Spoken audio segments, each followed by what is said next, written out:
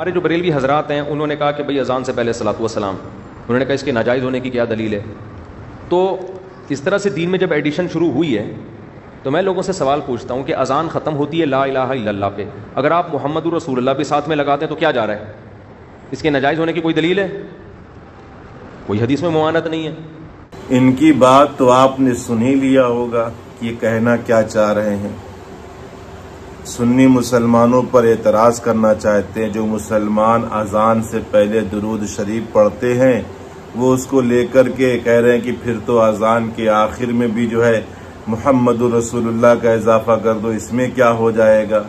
तो मैं इन्हें बताना चाहता हूं कि अगर अजान के आखिर में मुहम्मदुर रसूलुल्लाह का इजाफा किया जाए या कोई और लफ्ज शामिल किया जाए तो उसमें खराबी ये लाजिम आती है कि हुजूर सल्लल्लाहु अलैहि वसल्लम ने अजान के जितने अल्फाज तालीम फरमाए थे उसमें मजीद एडिशन करना लाजिम आएगा, उसमें एक नए लफ्ज की ज्यादती लाजिम आ जाएगी और फिर वो अजान नहीं रह जाएगी जो हुजूर ने तालीम फरमाई थी।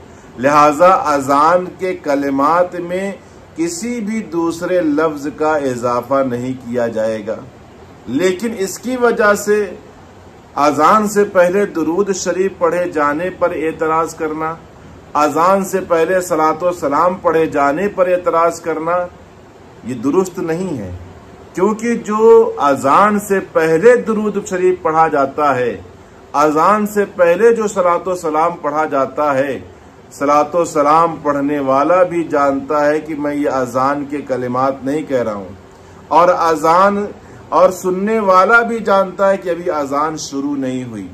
तो गोया दुरूद शरीफ अजान के कलिमात की हैसियत से नहीं पढ़ी जा रही है, बल्कि वो एक अलग वजीफा है, एक अलग विर्द है, एक अलग जो है अमल है वो अजान से हटकर।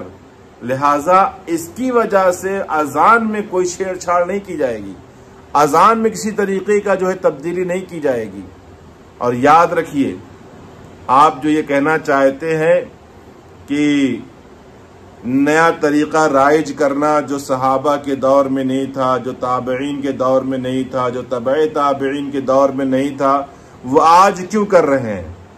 तो आपको मुस्लिम शरीफ की हदीस याद होनी चाहिए, जो हदीस नंबर है 2351।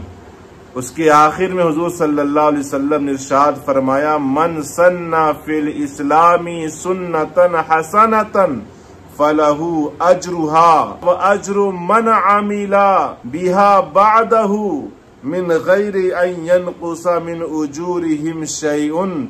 कि जो शख्स इस्लाम के अंदर मजहब इस्लाम में नया तरीका राइज करता है, अच्छा तरीका राइज करता है, बेहतरीन तरीका राइज करता है, तो उसका सवाब उस राइज करने वाले को दिया जाता है, वो सवाब का मुस्तहिक हो जाता है, वो अल्लाह पाक की बारगाह में अज्र का हकदार हो जाता है।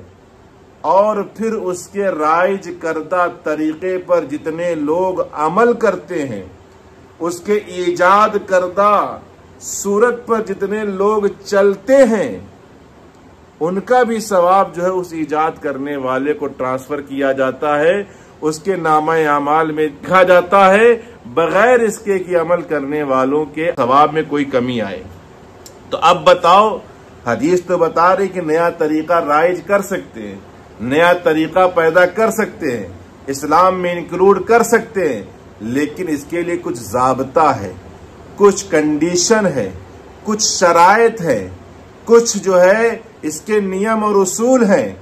जब ये उस पर उतरेगा तब वो नया तरीका इस्लाम में पसंदीदा होगा, वो नया तरीका इस्लाम में कबूल होगा। तरीका क्या है, उसूल क्या है?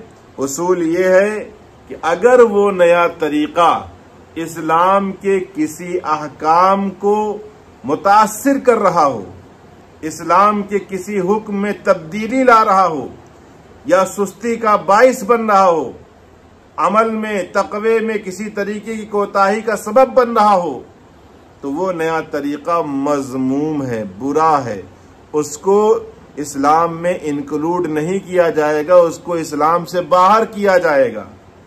और अगर नया तरीका इस्लाम के अहकाम में तब्दीली नहीं ला रहा है, इस्लाम के अहकाम को मुतासिर नहीं कर रहा है, इस्लाम के किसी रुकन से छेड़छाड़ नहीं कर रहा है, बल्कि उन अहकाम में मजीद वो मुआविन है, मददगार है, तो ऐसे नए तरीके की मद की गई है, तारीफ की गई है, पसंदीदा करार दिया गया है और इसी को अच्छा तरीका बताया गया है।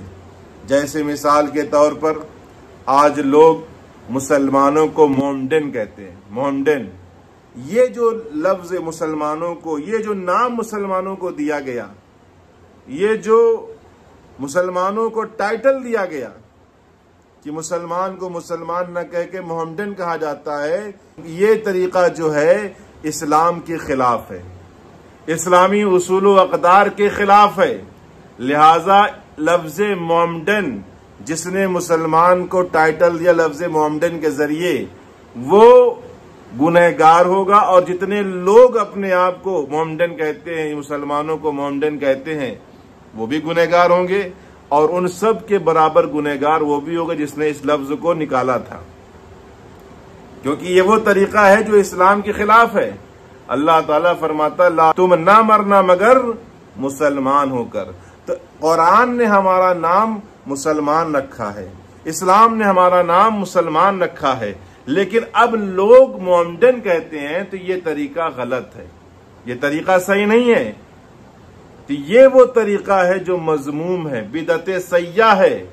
लेकिन अगर इस्लाम में कोई ऐसा तरीका राइज किया कि जिससे इश्क रसूल में इजाफा हो जाए, जिससे मोहब्बत रसूल मजीद बढ़ जाए, जिससे अल्लाह और रसूल की याद में इजाफा हो जाए, तो उससे बेहतर करार दिया कि जैसे सुन्नी मुसलमानों की मसाजिद में बादे फजर सलातो सलाम का एहतमाम होता है, इससे इश्क रसूल में इजाफा होता है। लेकिन इसकी वजह से कोई इस्लामी अहकाम में तब्दीली भी नहीं आती, कोई इस्लामी अहकाम मुतासिर भी नहीं होता। लिहाजा अब इस तरीके को गलत नहीं कहा जाएगा, बल्कि इसे पसंदीदा करार दिया जाएगा। तो जो ये कहते हैं कि दुरूद शरीफ पढ़ते हो, लिहाजा अजान के आखिर में ला इलाहा इल्लल्लाह के बाद मुहम्मदुर रसूलुल्लाह बढ़ा दो, तो उनका ये कहना गलत है। उनका तरीक़े इस्तिदलाल फासिद है, जो लोगों को ब्लैकमेल करना चाहते हैं, वरगलाना चाहते हैं और सीधे रास्ते से लोगों को हटाना चाहते हैं।